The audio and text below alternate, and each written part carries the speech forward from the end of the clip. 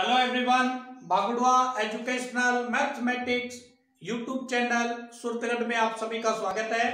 हम वर्क कर रहे हैं न्यूमेरिकल एनालिसिस बुक जो बीएससी पार्ट थर्ड की है, उस पे बीएससी के साथ साथ ये जो भी कॉम्पिटिटिव एग्जाम की तैयारी कर रहे हैं जैसे TGT, PGT, second grade, first grade, KVS, army public school में जो वैकेंसीज आती है उन सभी के लिए ये इंपॉर्टेंट साबित होगा।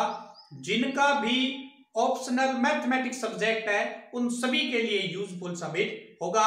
आज हम बात करेंगे गॉस फॉरवर्ड इंटरपोलेशन फॉर्मूला और उसको किस तरह से अप्लाई किया जाता है, क्या होता है फॉर्मूला। गॉस फॉरवर्ड भी देखेंगे और गॉस बैकवर्ड भी देखेंगे। तो गॉस फॉरवर्ड जो फॉर्मूला है वो ये है, y बराबर y0 uy0, उसके बाद डेल y u माइनस 1 बटा में 2 factorial del square y minus 1, उसके बाद u माइनस 1। अब कई स्टूडेंट यहां सोच लेते हैं फॉर्मूला गलत अप्लाई कर देते हैं आगे वाला, क्योंकि u माइनस 1 आया तो आगे वो u माइनस 2 करने की कोशिश करते हैं, लेकिन नहीं, u माइनस 1 फिर u प्लस 1, u माइनस 1 फिर u प्लस 1 बटा में 3 फैक्टोरियल। नेक्स्ट क्या बनेगा, u minus 1 u minus 2, u minus 1 u plus 1 u minus 2 बटा में 4 फैक्टोरियल और डेल स्क्वायर y का टर्म आएगी। अब देखिए आप निम्न सारणी के में ग्रॉस अंतर सूत्र द्वारा y 3.75 का मान ज्ञात कीजिए। तो जब भी हम गॉस फॉरवर्ड इंटरपोलेशन फॉर्मूला या गॉस बैकवर्ड इंटरपोलेशन फॉर्मूला लगाते हैं तो वो सेंट्रल मान ज्ञात करने के लिए लगाया जाता है, सेंट्रल बीच वाला मान ज्ञात करने के लिए। जैसे मान लो इसकी सबसे पहले हम टेबल बनाएंगे, x के जो मान है वो हमारे पास गिवन है, कितने हैं 2.5, 3.5, 4, 4.5 और 5, ये तो x के मान गिवन। अब हम y के मान लेंगे, y के मान है 24.14, 20.043, 22.5, 18644, 7262 और 16047, ये हमारे पास y के मान, ठीक है, जो हमने टेबल से देखे। अब हमें सबसे पहले डेल y ज्ञात करेंगे।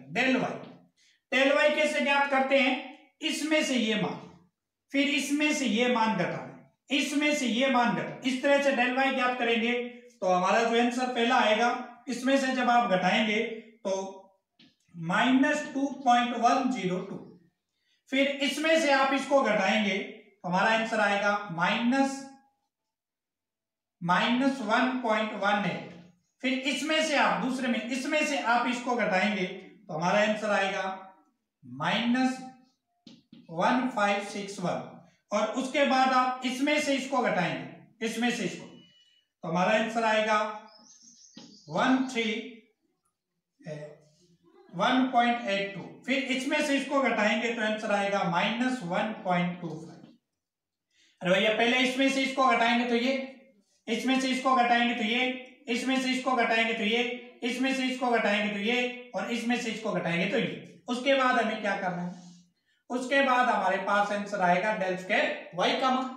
अब देखो इसमें से इसको घटाएंगे, इसमें से इसको घटाएंगे तो हमारा आंसर आएगा 0.284, उसके बाद इसमें से इसको घटाएंगे तो हमारा आंसर आएगा 0.27, उसके बाद इसमें से इसको घटाएंगे तो हमारा आंसर आएगा 0.19, फिर इसमें से इसको घटा देंगे तो हमारा आंसर आएगा 1.6।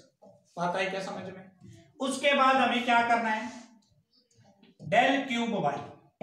अब इसमें से इसको घटाना है हमें, इसमें से इसको घटाएंगे तो हमारा आंसर आएगा 0.047, उसके बाद इसमें से इसको आप घटाएंगे तो हमारा आंसर आएगा 0.038, और इसमें से इसको घटा देंगे तो आंसर आएगा 0.03। बात आई क्या समझ में।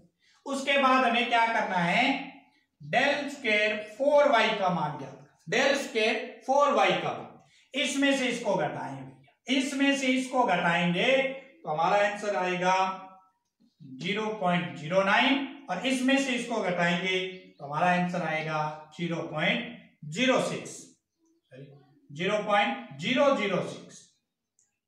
ठीक है, और ये होगा 0, यहां पॉइंट आएगा। ठीक है ना, अरे भैया ऐसे लिखेंगे यूं, इसमें से इसको माइनस करेंगे तो 0.009 और इसमें से माइनस करेंगे तो हमारा आंसर आएगा 0.006। उसके बाद लास्ट क्या बनेगा, डेल स्क्वायर 5y, इसमें से इसको माइनस कर देंगे तो 003। ठीक है, तो इस तरह से आपने देखा कि सबसे पहले हमें टेबल कंप्लीट करना है। ये दो मान गिवन है, डेल वाई निकालेंगे, del square y, del cube, del 4, del 5, जहां एक मान आएगा उसके बाद टेबल कंप्लीट हो जाएगी।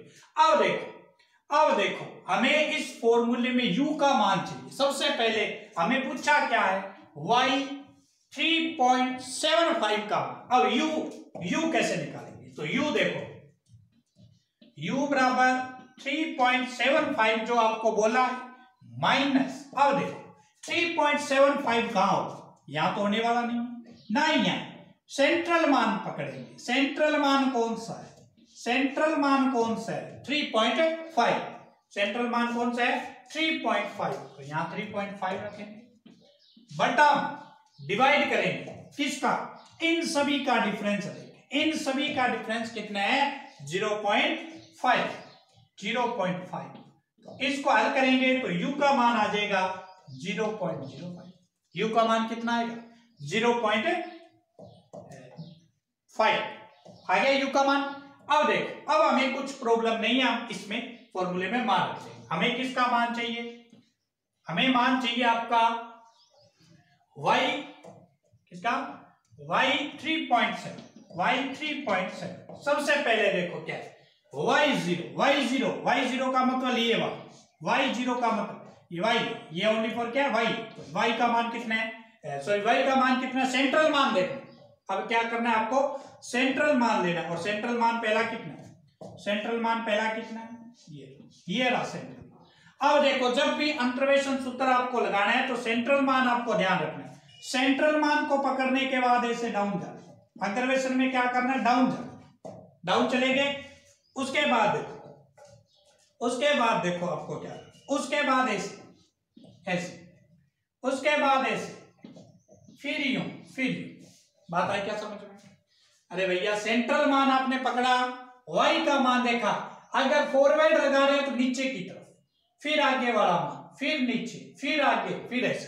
ठीक है, अगर आप द्वार से देखें, सेंट्रल मान ज्ञात करने के बाद ये नीचे, इससे नीचे आ जाए, इसके सीध में ये ना, इससे नीचे, फिर ऊपर, फिर नीचे, फिर ऊपर, फिर नीचे, ऐसे। अगर फॉरवर्ड लगा रहे हैं तो बैकवर्ड में क्या करना है ये नेक्स्ट देखेंगे, बैकवर्ड में क्या करना है ये नेक्स्ट देखेंगे। अब देखो, सबसे पहले देखो y कितना है 20.225 प्लस क्या है u कितना है 0.5 गुणा में डेल y कितना है हमारा, डेल y का मान है 1.586। ठीक है, प्लस, फिर प्लस का निशान। उसके बाद क्या u माइनस y, u कितना है 0.5 माइनस 1 बटा में 2 फैक्टोरियल का मतलब 2। और उसके बाद क्या, डेल स्क्वायर का y का मान ये रहा, कितना है 0.276 प्लस। उसके बाद देखो क्या है u माइनस 1 u प्लस 1, तो इसको मैं यही लिखता हूं, इसको इसी टर्म को यहां लिख देते हैं, u माइनस 1, तो u कितना है 0.5 माइनस 1, 0.5 प्लस 1 बटा में 3 फैक्टोरियल का मतलब 6 गुणा में डेल स्क्वायर y का मान कौन सा है, अरे भैया डेल स्क्वायर y का मान कौन सा है, ले लिया ना आपने, डेल y का, डेल क्यूब वाला मान कितना है 0.038। उसके बाद देखो प्लस, उसके बाद क्या है u माइनस 1 प्लस में 2, तो u minus 1, u plus 1, u minus 2। अरे भैया u का मान है ना, u का मान है, तो u का मान कितना है हमारे पास 0.5, 0.5 माइनस 1, 0.5 प्लस 1, 0.5 माइनस 2 बटा में 4 फैक्टोरियल। 4 फैक्टोरियल का मतलब कितना, 20 गुणा में डेल 4, डेल 4y का मान कितना है 0.0 प्लस, उसके बाद क्या है 5 का भी मान है, तो 5 कैसे निकालेंगे, u minus 1, u plus 1, u minus 2 और u प्लस 2 बटा में 5 फैक्टोरियल। 5 फैक्टोरियल का मान 120 गुणा में डेल 4y का मान कितना है 0.0। बात आई क्या समझ में, u का मान रख देना है, आगे नेक्स्ट चलते हुए इसको अप्लाई करना। तो जैसे इसका आप सॉल्यूशन करते हैं तो y 3.75 की जो वैल्यू निकल के आएगी वो आएगी 1940। ये तो कैलकुलेट करना है भैया, कैलकुलेट करना है। y बराबर 3.75 का मान कितना आएगा 19.60। नेक्स्ट देखें स्क्रीन पे क्वेश्चन।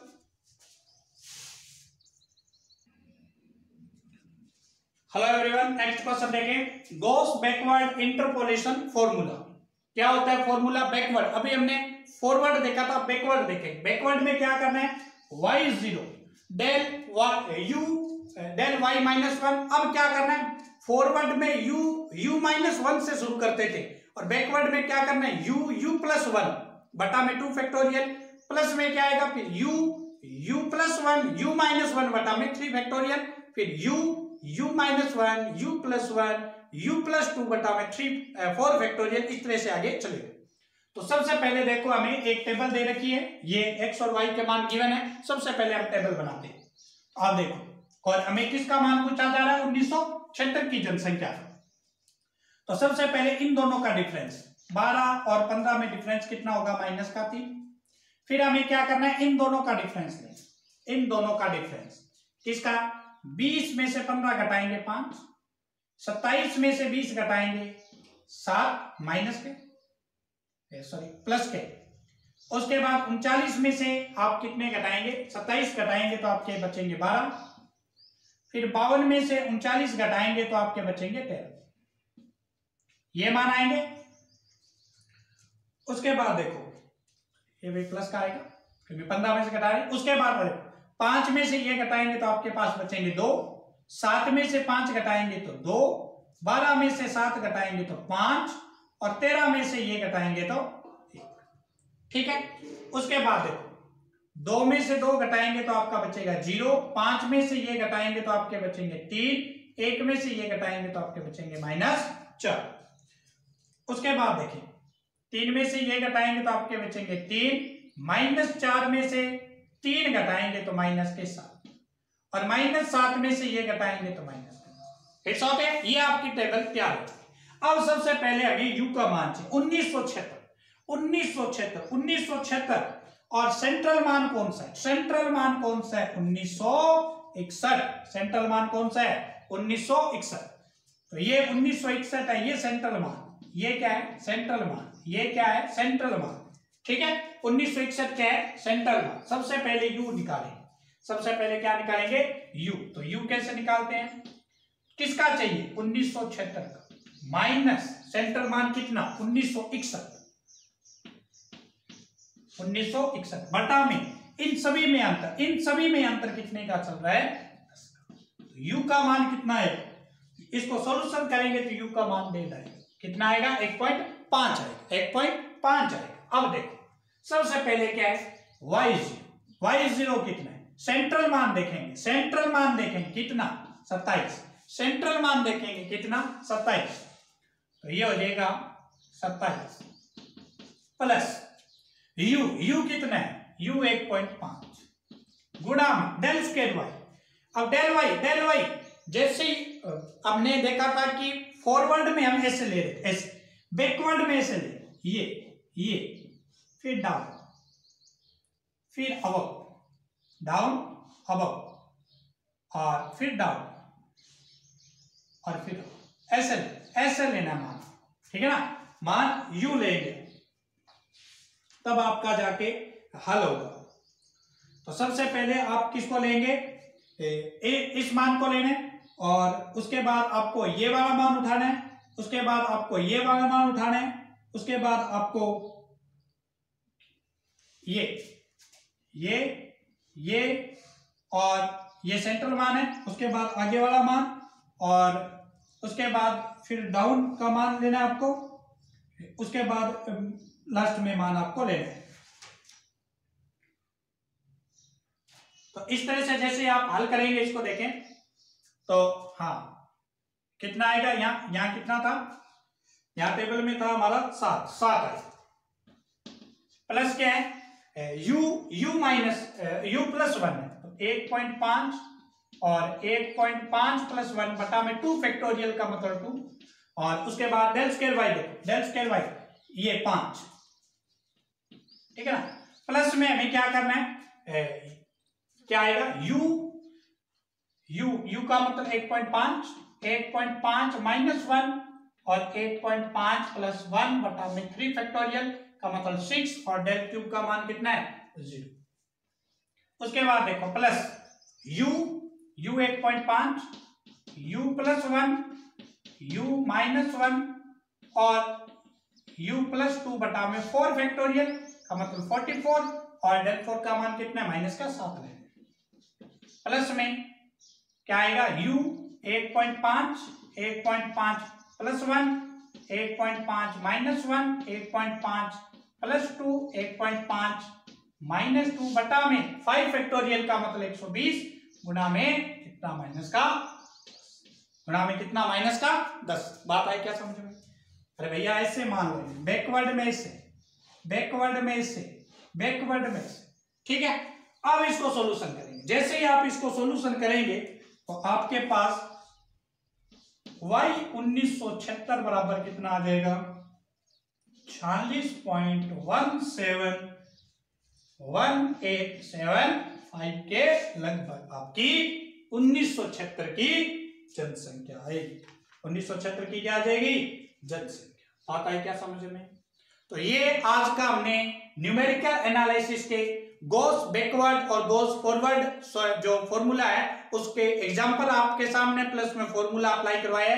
तो एक बार सोशल मीडिया पर जो इसको शेयर करें। जो भी second grade, first grade, TGT, PGT, KVS, army public school की तैयारी कर रहे हैं, उन सभी के लिए क्लास बहुत ही ज्यादा यूजफुल साबित होगी। कल मिलते हैं फिर न्यू वीडियो के साथ। चैनल को सब्सक्राइब जरूर करें और सोशल मीडिया पर शेयर जरूर करें ताकि सभी को इस फ्री ऑफ कॉस्ट क्लास का फायदा हो सके। धन्यवाद।